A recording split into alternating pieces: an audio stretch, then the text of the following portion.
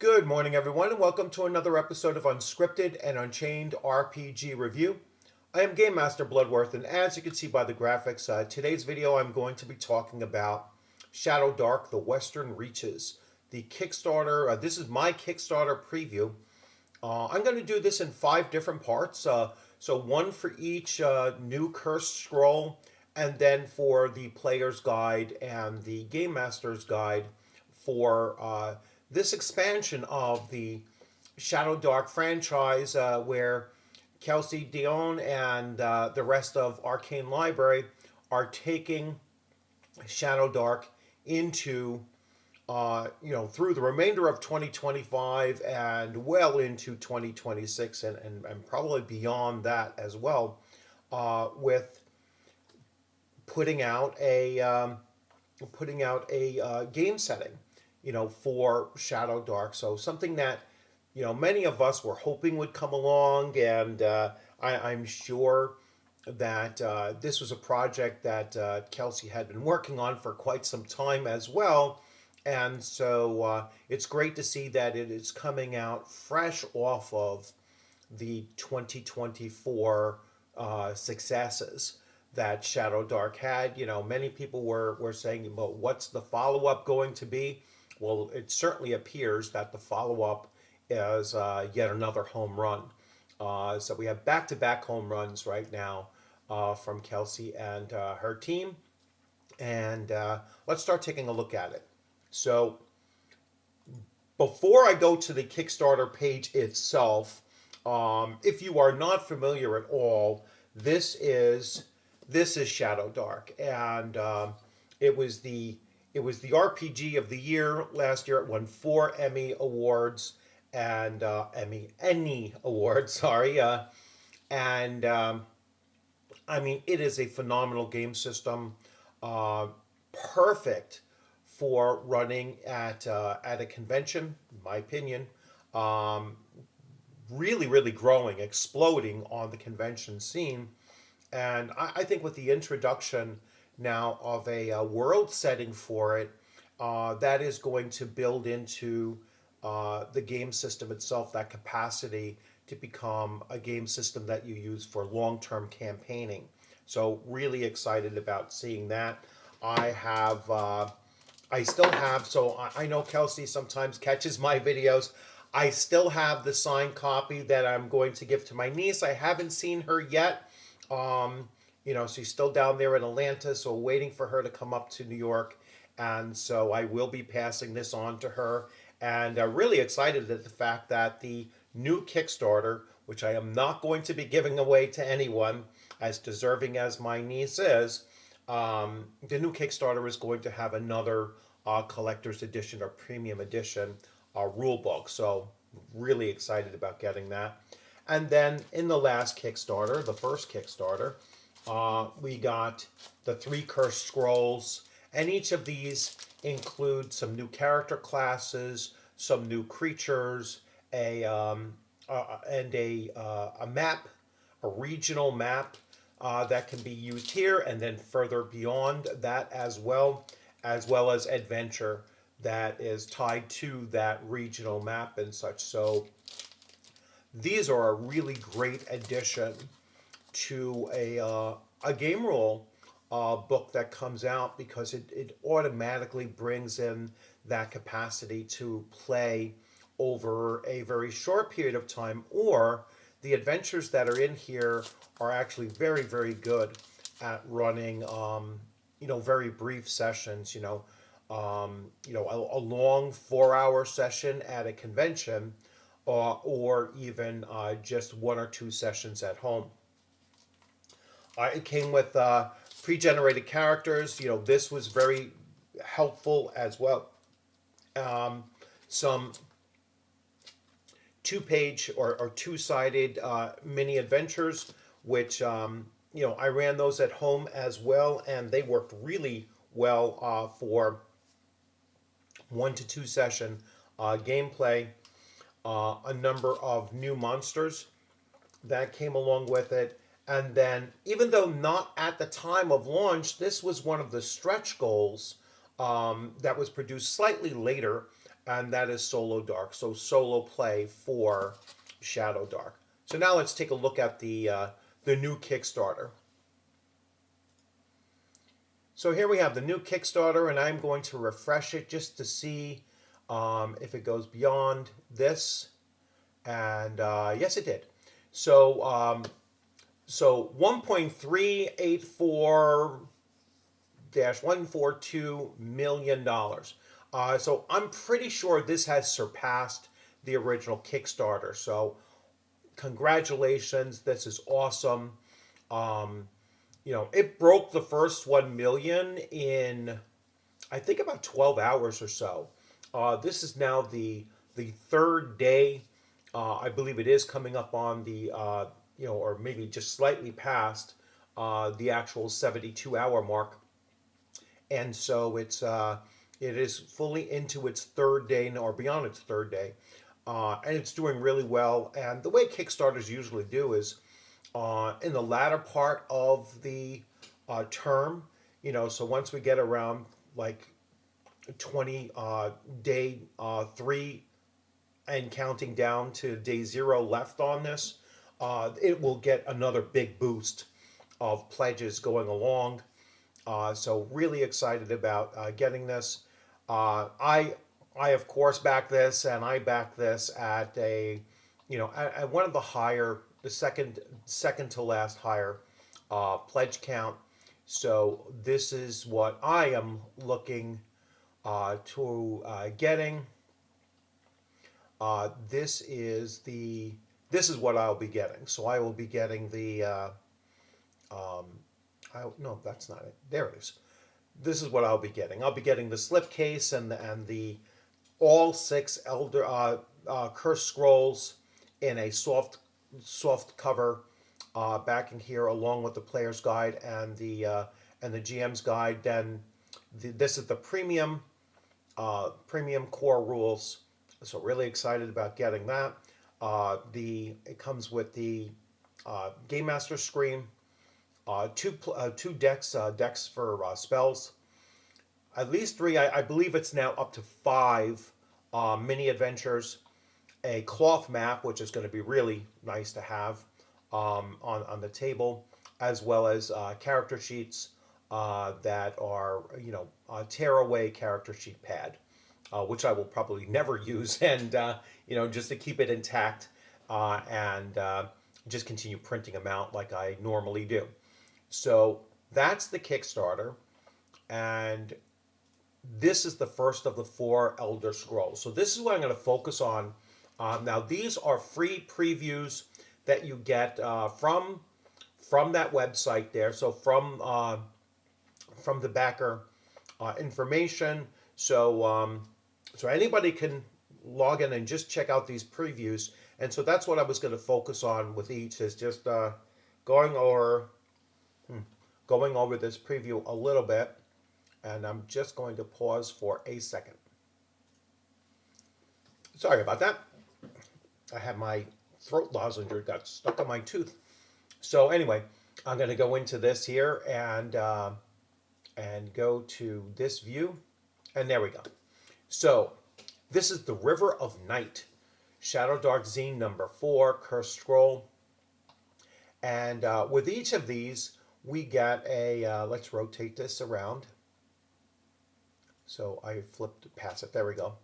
So here we have a hex scroll map, right? So it does have some designated locations that, when you go into that particular hex, there's going to be a starting off point, and then you go into that particular hex, and there'll be an assigned event that takes place in those numbered hexes that you see, and then elsewhere it would be random encounters along the way.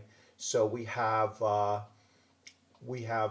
two full maps of this, so quite a lot of time you can spend exploring these two hex maps here, and there's a lot of gameplay that can take place here, and this is, like I said, is going to extend your gaming for longer campaigns. So really excited to see this, these expansions.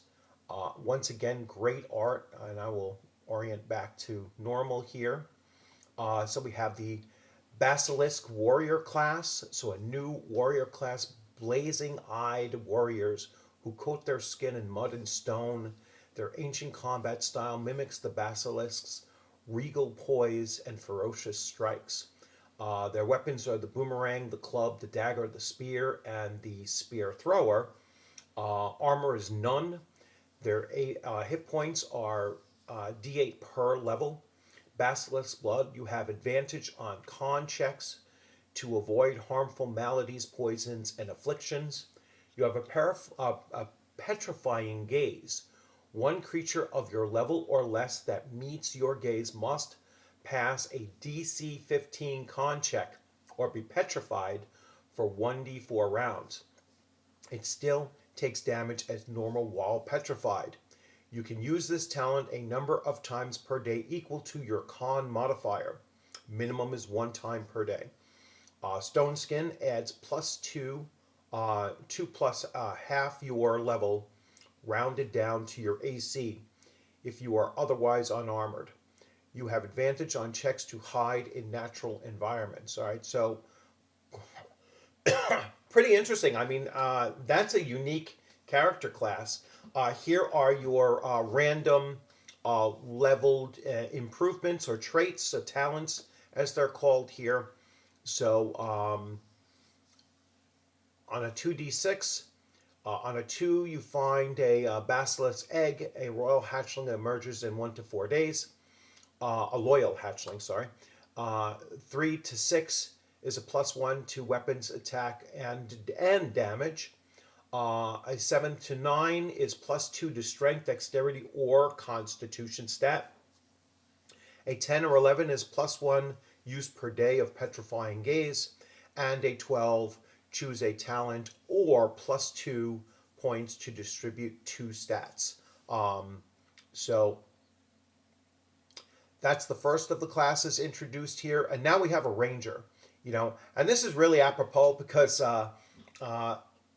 I've been seeing some commentary on the Ranger of the 2024 D&D, and how there's some issues with that Ranger class, and I was like, well, there's an easy fix.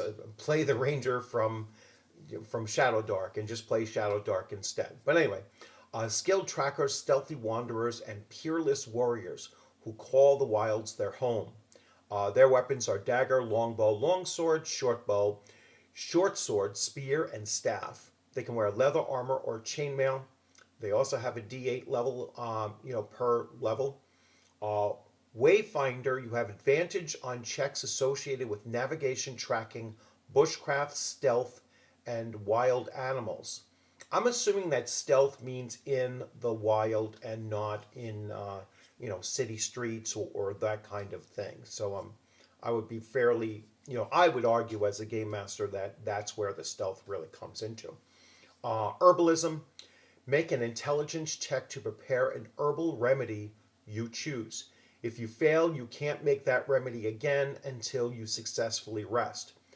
Unused remedies expire in 3 rounds. All right, so this is something that you're going to whip up, fairly quickly as needed. Right, so the herbal remedies that you can produce, you can create a salve with just a DC of 11, so fairly easy for you to make this roll, especially if you have a positive to your intelligence. So if I'm planning to play a ranger, I'm going to want to make sure that my intelligence isn't like a dumb stat. I'm going to like to have a +1 at least in my intelligence. So salves, 1 hit point. Stimulant, you can't be surprised for 10 rounds. Phobane, you get advantage on attack and damage against one creature type you choose for the next 6 rounds. Restorative, ends 1 poison or disease. And curative, equivalent to a potion of healing. Now, they're, of course, rising in difficulty level in order to create them. some of these are really, really powerful. Like I think that Phobane is a very powerful herbal remedy, despite the fact that it's a DC 13 to actually whip that up, but to give you advantage on your attack and damage rolls against the one creature that you choose for six up to D6 rounds is, that's a pretty substantial increase over the others. And restorative to end a poison or a disease is yet again another really useful one. So that I find is a pretty powerful ability overall. Your ranger talents, you deal D12 damage with one weapon type you choose.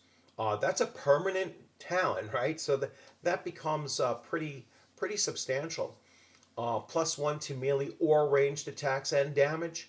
+2 to strength, dexterity, or intelligence stat. Again, I would like boost that intelligence if you can. You gain advantage on herbalism checks for the remedy you choose. That's another really, really big boon to include with maybe as a secondary. That's the second time that when you go up a level and you're rolling on the ranger talent, that's what I would shoot for, or choose a talent, or +2 to distribute to your stats. So on a 10, 11, or 12, you're going to get that herbalism advantage, basically, if you didn't already have it. Or on a, or to boost that intelligence up, you could also use that 12 as well. So a 7, 9, or 12, and you'll get those extra 2 points towards your intelligence to give you that modifier you're looking for. So I see them really, it's kind of interesting. I see them really as that herbal remedy is going to become very, very important, not just for for the character, but also for the party as well. Really important combination there.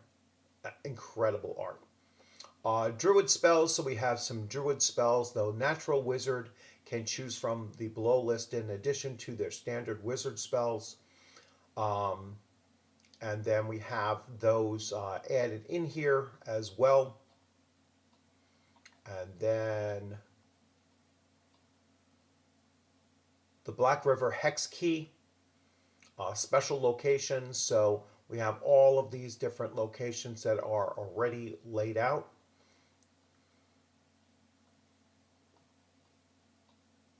And then we have an adventure that is going to be included in here. I will shrink this down so you get to see the full thing. And so Chanachu, I guess I pronounced that right. And we have all of the different locations and such. And I got to reorient here. And as you can see, and then the Flooded Ruins is another adventure. So 2 adventures that are in here. Possibly these are linked.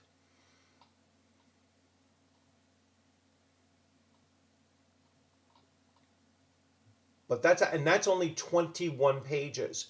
The scrolls tend to be longer. Let's see. Let's go to the description of the cursed scrolls and see how long. I believe they run in the 30s. I can open up one of mine just to see. I think that they're pretty much laid out. So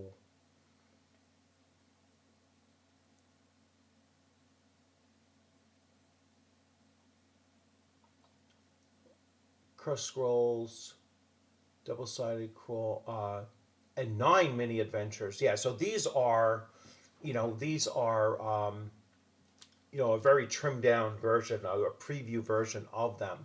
So these are going to be quite a bit longer. So yeah, that 4 says it also has double-sided hex crawl and 9 mini adventures, included in it. So that's quite a bit. The next one I'm going to go through is Cursed Scroll number 5, and this is going to have double-sided adventure into the Ghoulish Library of Leng, and I will do a full preview of this one as well. Then I will follow that up with a preview for Curse Scroll 6, and then I will have a preview of both the Player's Guide to the Western Reaches and then the Game Master's Guide to the Western Reaches. So you will see, oh, skip that. So you will see all of that in the next upcoming video. So 4 more after this one. Really excited about this. Again, congratulations to Arcane Library for, hitting it out of the ballpark again, this year with this new Kickstarter. And this Kickstarter is still young, so there's a lot more room for growth with it. And I do really expect to see this running at, this running even more, ShadowDark running even more in the convention spaces in the latter part of 2025, and then certainly carrying over into 2026 as well. So I hope you enjoyed this video. You all have a great rest of your day. Thanks for stopping in. If you caught my live stream last night with Roger from Central New York RPG Con, thanks for popping in there as well. I have another interview with another convention organizer coming up on March 31st. I might move that one up forward. I got to check and see if Fred from AutoCon 4 wants to come in a little bit sooner, and then save that March 31st for my birthday. And I was going to I was expecting the channel to hit 4,000 subscribers by March 31st, and actually it hit on the 13th, or yesterday instead. So really appreciative of everyone that has been coming in and choosing to subscribe to the channel, let alone rather than just passing through and checking out the stuff. And as always, I always welcome your comments and everything. So if there's anything out there you want me to take a look at or focus in on, please feel free to leave a comment in the comment section, and I will certainly do that. And you all have a great rest of your day. And as always, I look forward to seeing you on a gaming screen or at a gaming convention sometime soon. Keep your dice rolling there. Enjoy your upcoming weekend, and be on the lookout for the next installment of this series. Most likely by Monday, because I know someone left a comment that I was going to try to get to on Sunday, to talk about that on Sunday instead. So Monday, expect to see the next installment of this. You all have a great one. Take care.